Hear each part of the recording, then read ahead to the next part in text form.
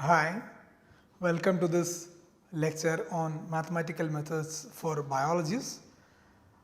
We have been learning about functions and how to deal with functions, and we learned differentiation, and in the last couple of lectures we started this we discussed this concept called integration.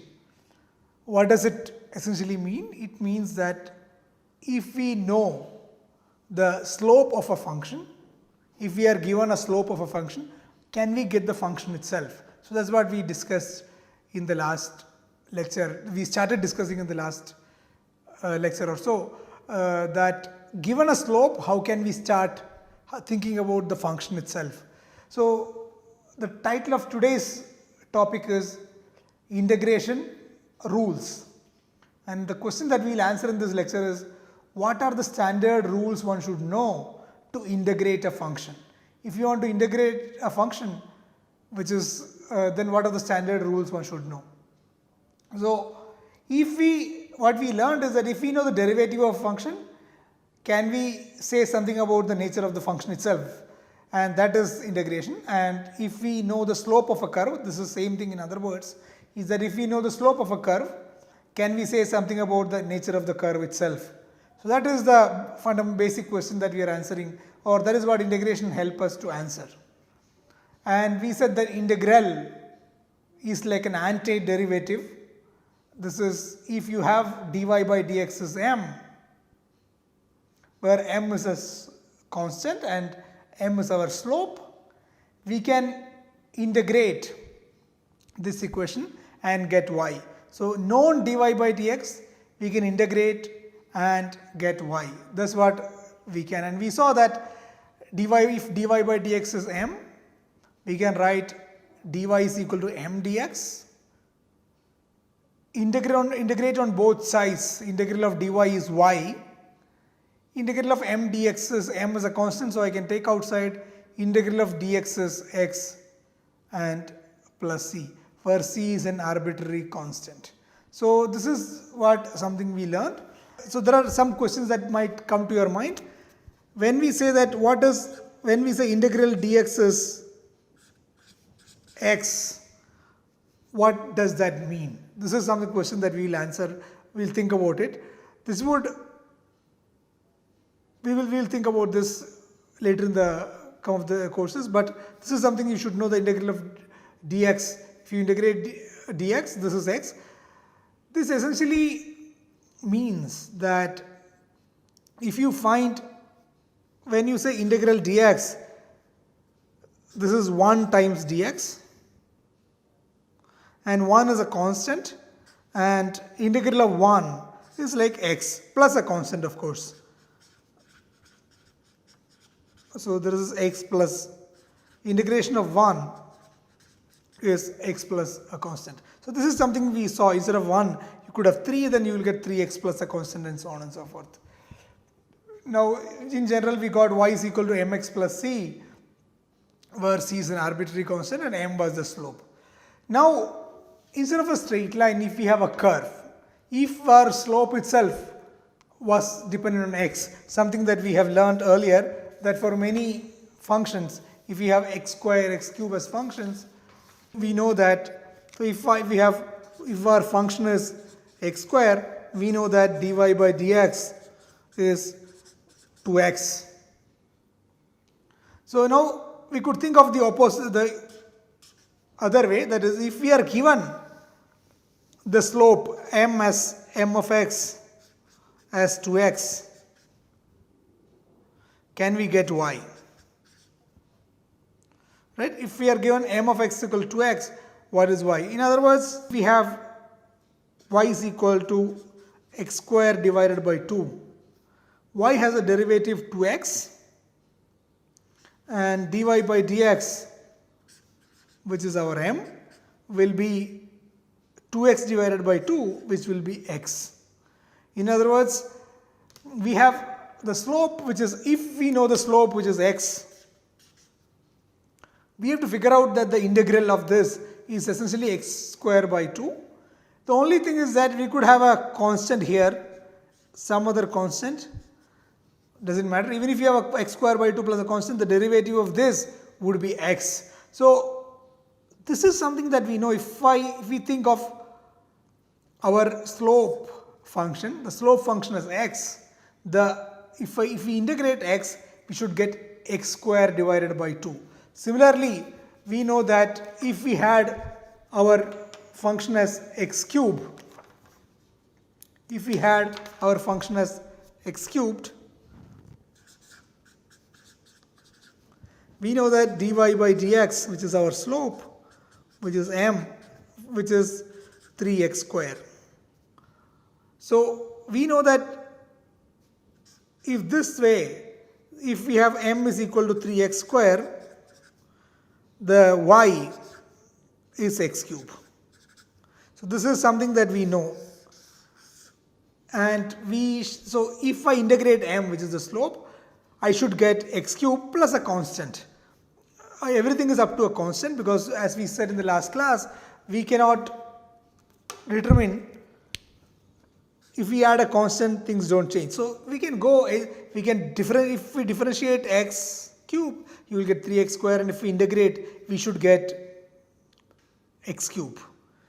So in other words, if we think of y as x cube divided by 3, dy by dx would be our m. Our m would be x cube will have 3x square, and 3x square divided by 3. So in other words, m will be x square. So we have m, which is the slope, which is x square, and you have y, which is the function, which is x cube. So now we can go this way from here to here. That is, given the y, we can calculate dy by dx. So if y is x cube by 3, we know that dy by dx will be x square. The opposite, that is, if our slope is x square, the integral of this, the antiderivative, if you think of that way, it has to be x cube divided by 3. So if it is x square, x cube divided by 3, right? So if it is x, so let us write quickly some slope and the function. So we saw just now that if we have function y,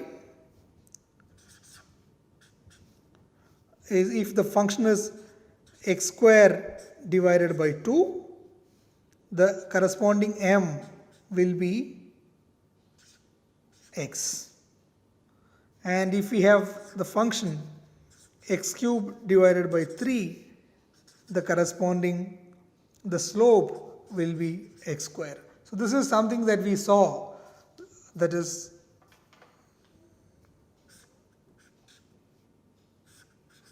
we can put an arrows like this. Here to here, this way, we are finding derivative, and here this is integral. Here we are finding derivative,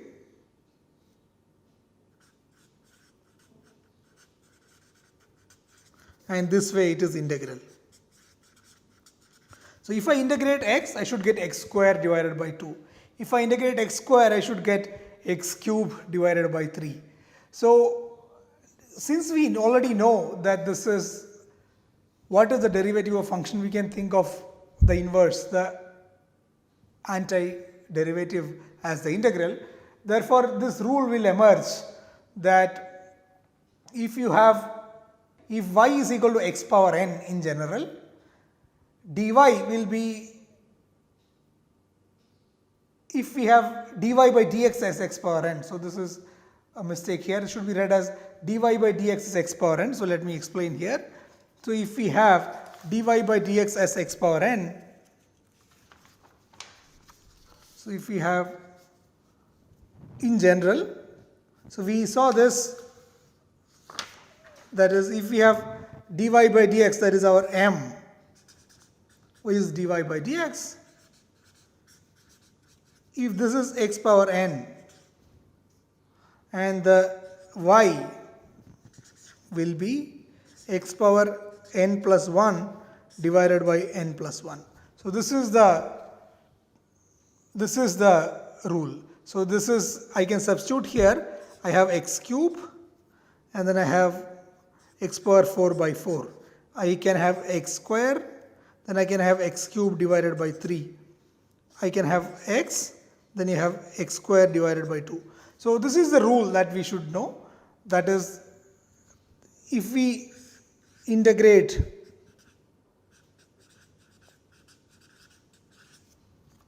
this way, if we have a slope,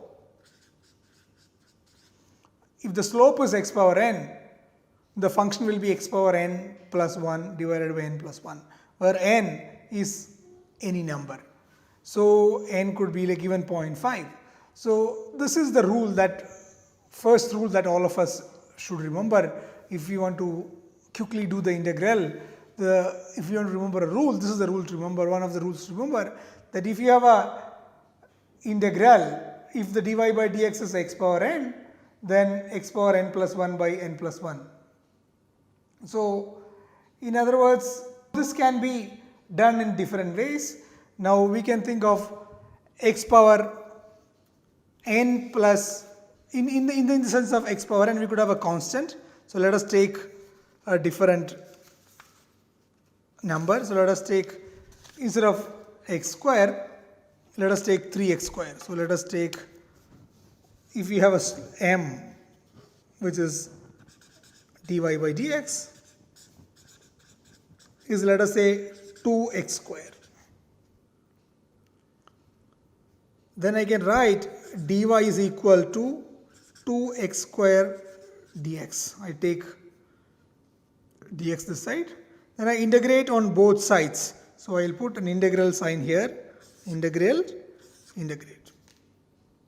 So integration of dy is y. Integral of 2x square. So I can take this 2 as a constant. The constant I can take outside. And then I can find the integral of x square, which is x cube divided by 3. And integral of dx is 1. And this is plus a constant.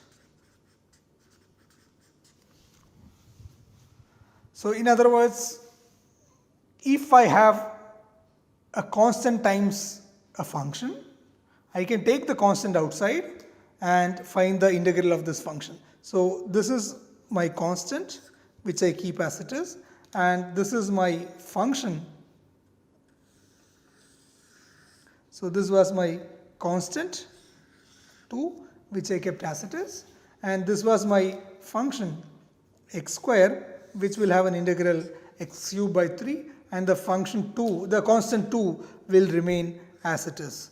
So you have 2x square, 2 will remain as it is, x square integral will be x cube divided by 3. So this is true in general for any constant x power n.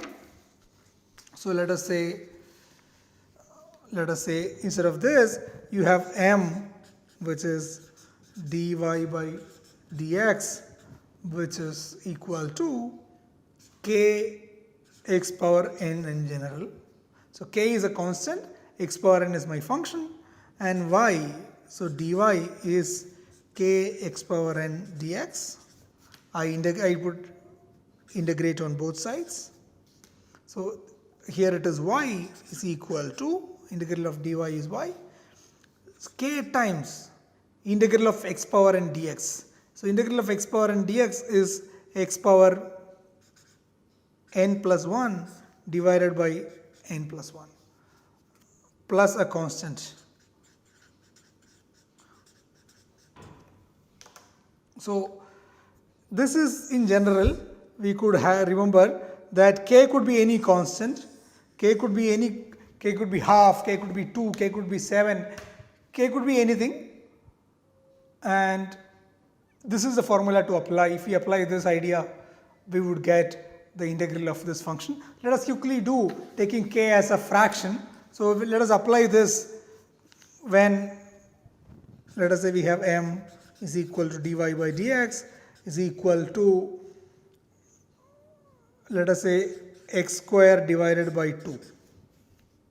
So our k is half is our k x square. If I integrate this, y will be half will remain as half itself. X square will have an integral x cube divided by 3. So the answer will be x cube divided by 6. So remember, if we have x square divided by 2, this 1 by 2 I could take as a constant k, keep the constant k as it is and integrate just this function x square, and we would get x cube divided by 6. So now we could directly apply this formula to many to calculate integral of many functions. Let us think about function that we learned, which is like in exponential function. So we learned that exponential function e power x can be written as 1 plus x square divided by 2 plus x cube divided by 6 plus an infinite series. If we calculate the integral of this, what is the integral of e power x? So integral of e power x would be, so let us say this e power x dx would be x plus x square divided by 2. So integral of 1 would be x. So let us take term by term, let us take each term by each term and integrate. So if we just take first this term 1, so let us do this quickly on the paper. So if I have e power x as 1 plus x square by 2 plus x cube by 6, which is 3 factorial plus dot dot dot. Now if I want to integrate this, I have to integrate on both sides, integral dx on both sides. Now because this was my function, if the answer of this is the integral of term by term, so integral of 1, so the first is integral 1 dx, that is the first term, plus integral second term x dx, plus next integral x square by 2 dx, plus integral x cube by 6 dx. So integral 1 dx is x, integral of 1 is x. Integral of x dx is x square divided by 2. Integral of x square is x cube divided by 3 times 2, 6 plus dot dot dot plus a constant.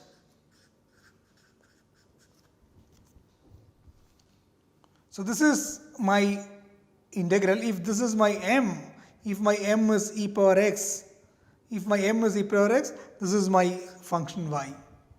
If m is d power x, y is this. Now look at here. There is x here, there is x square. There is x square divided by 2 here, there is x square divided by 2. There is x cube divided by 6 there. There is x cube divided by 6 here. And there is a constant. So there is 1 missing and there is this constant. So it turns out that we can show that this constant is essentially 1. How do we do that? So if we just take, so we know of course that derivative of e power x is e power x itself. Therefore the integral of e power x has to be e power x, and one can show that this constant is essentially 1, just like we did earlier for the earlier cases. So this essentially will turn out to be e power x itself. So the integral of e power x is e power x itself. Similarly, one can do for cos x. So we can do the integration of trigonometric functions. We know that cos x is 1 minus x square divided by 2 factorial plus x power 4 divided by 4 factorial minus x power 6 divided by 6 factorial plus dot dot dot up to infinity. the y, if this is my dy by dx, if cos x is my slope, this y is integral cos x. I can integrate term by term. So if I just take 1, and integral of 1 is x, integral of minus x square by 2 is minus x cube by 3 factorial, plus x power 4 will be x power 5 divided by 5, the 4 factorial will turn out to be 5 factorial, minus x power 6 by 6 factorial will become x power 7 by 7 factorial. So look, so this has become x minus x cube by 3 factorial, this has become x minus x cube by 3 factorial plus x power 5 by 5 factorial minus x power 7 by 7 factorial, and so on and so forth. If you look at it, you will realize that this is nothing but the expansion of sin x.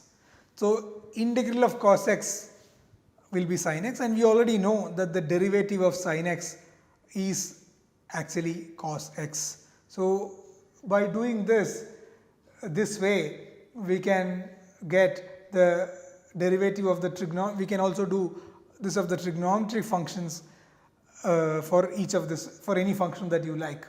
Similarly, one can do for sin x also. So let us assume, we know that the expansion for sin x is x minus x cube divided by 3 factorial plus x power 5 divided by 5 factorial minus x power 7 divided by 7 factorial, and so on and so forth.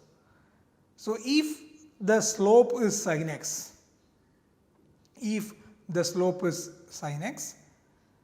the integral of sin x will turn out to be the function. So let us integrate term by term. So if I just take the first term x, it will have x square by 2 factorial is the integral of x. If this is minus x cube divided by 3 factorial, you will have x power 5 by 5 factorial. If you have x power 7 by 7 factorial as the function, its integral will turn out to be x power, x has x square by 2 factorial, x cube by 3 factorial has x power 4 by 4 factorial, x power 5 by 5 factorial has x power 6 by 6 factorial, x power 7 by 7 factorial has integral x power 8 divided by 8 factorial plus dot dot dot, and finally a constant. So if you do this, you will see that this is minus cos x, and this you will have a 1 coming from this constant. So to do this, let us just do this slowly. Let us understand that minus part a little bit carefully. So let us look at this function sin x, which is our y, which is nothing but x minus x cube by 3 factorial plus x power 5 by 5 factorial minus x power 7 by 7 factorial plus dot dot dot. Now integral of x is x square by 2, which is nothing but 2 factorial, minus integral of x cube is x power 4 by 4 times 3 factorial will become 4 factorial. X power 4 by 4 is the integral, 4 times 3 factorial is 4 factorial, plus x power 5 will have an integral x power 6. If I integrate x power 5, I will get x power 6. X power 6 divided by 6 times 5 factorial, it will turn out to be 6 factorial, minus x power 8 divided by 8 factorial plus dot dot dot plus a constant.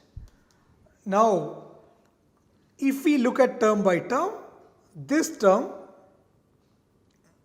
come with a plus sign, this term come with a minus sign, and if this c becomes 1, then this will essentially become 1 plus x square by 2 factorial minus x power 4 by 4 factorial, and this will turn out to be minus 1, because this you want to, the answer will be a minus cos x. So you will have basically minus 1 as the constant, minus 1 plus x square by 2 factorial minus x power 4 by 4 factorial plus x power 6 by 6 factorial plus dot dot dot, and this will turn out to be nothing but minus cos x. So I urge you to look at it and you will see that this is indeed minus cos x. So to summarize, what we learned so far is basically essentially a rule that one should remember while integrating. The rule is that if the slope dy by dx, which is our m, is x power n, then y will be x power n plus 1 divided by n plus 1. And if there is a constant, if m is kx power n, then y will become kx power n plus 1 divided by n plus 1. If we apply this rule to different functions, you can calculate essentially integrals using this formula for many functions, many simple functions. So with this, we will stop this lecture and continue later.